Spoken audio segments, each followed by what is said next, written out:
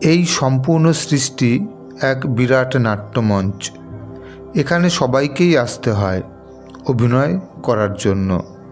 এমনকি স্বয়ং ভগবানকেও পরমধাম ছেড়ে নেমে আসতে হয় এখানে, এই নাট্যমঞ্চে।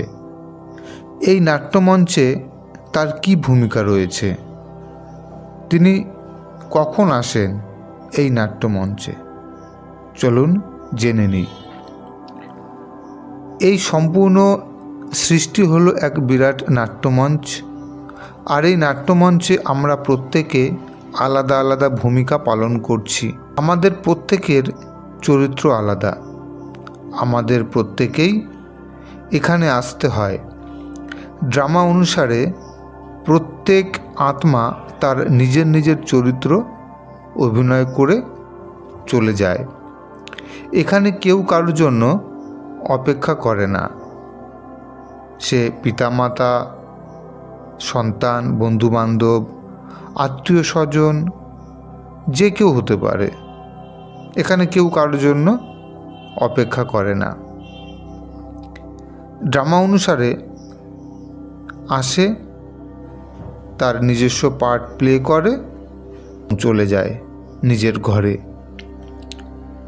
ড্রামা অনুসারে স্বয়ং ভগবানও এখানে আসার জন্য আবদ্ধ। ওনাকেও আসতে হয় পুরুষোত্তম সঙ্গম যুগে।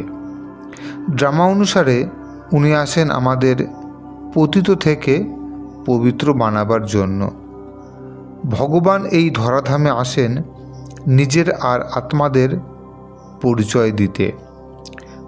পতিত থেকে পবিত্র বানাবার জন্য ভগবানও ড্রামা অনুসারে আবদ্ধ।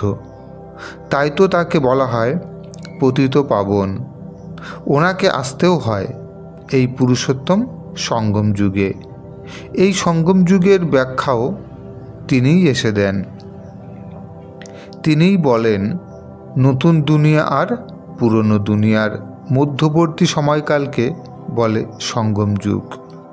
ভগবান এই নতুন আর পুরনো দুনিয়ার মধ্যবর্তী সময়েই এই ধরাধামে আসেন।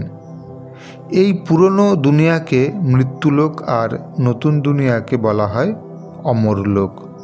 মৃত্যুলোকে পাপীদের রাজত্ব চলে, অকাল মৃত্যু হতেই থাকে, আয়ু খুবই কম। আর অমরলোকে পবিত্র আত্মাদের বাস, সেখানে অকাল মৃত্যু হয় না। সকলকে পতিত থেকে পবিত্র করাই হলো ভগবানের মূল উদ্দেশ্য। এসব কিছুই ড্রামায় নির্ধারিত রয়েছে। অসীম জগতের পিতা ভগবানকে বলা হয়। তিনি সকল আত্মাদের পরম পিতা। কিন্তু এখন সবাই অসীম জগতের পিতাকে ভুলে গেছে, কেউ তাকে জানে না। এই ভুলে যাওয়াটাও ড্রামায় নির্ধারিত। তাই তো ভগবান আসেন নিজের পরিচয় দিতে। সত্যযুগে কেউ ভগবানকে স্মরণ করবে না। ড্রামা অনুসারে সেখানে ভগবানের কোনো পার্ট নেই, কারণ অসীম জগতের সুখের উত্তরাধিকার প্রাপ্ত হয় এখানেই সঙ্গম যুগে। ভগবান ড্রামার পার্ট অনুসারে এখন সঙ্গম যুগেই এই ধরায় আসেন।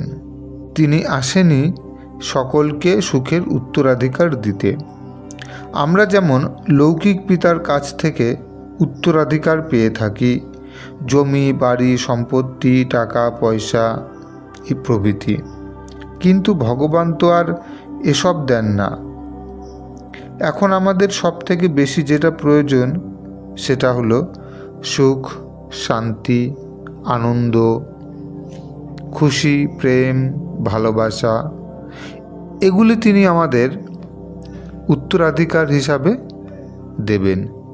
কিন্তু তিনি তো আর এসব এমনি এমনি দেবেন না, আমাদের যোগ্যতা অনুযায়ী দেবেন। তার জন্য আমাদের পরিশ্রম করতে হবে, পড়াশোনা করতে হবে, ভালো নম্বর পেয়ে পাস করতে হবে। তারপর তো যোগ্যতা অনুযায়ী পদ দেবেন। আর প্রতিটি পদের জন্য সুখ সুবিধা নির্ধারণ করা রয়েছে। যেমন লৌকিক জগতে ভালো পড়াশোনা করলে উঁচু পদে চাকরি পাওয়া যায়, আর যত উঁচু পদ তত বেশি সুযোগ সুবিধা। ভগবান শুধু আমাদের পিতা নন, আমাদের শিক্ষকও। তিনি আমাদের পড়ানো। এই পড়াশোনা হলো আধ্যাত্মিক পড়াশোনা, অত্যন্ত উচ্চমানের। স্বয়ং ভগবান পড়ান। এই পড়াশোনা মানুষকে দেবতা বানায়। তাহলে বুঝুন কতটা উচ্চমানের পড়াশোনা। তিনি বলেছেন এই পড়াশোনা খুবই মনোযোগ দিয়ে পড়তে হবে, আর পাশও করতে হবে, আর তার জন্য অসীম জগতের পিতার শরণে থেকে তার আশীর্বাদ নিতে হবে। নিজের ক্যারেক্টারও সংশোধন করে নিতে হবে।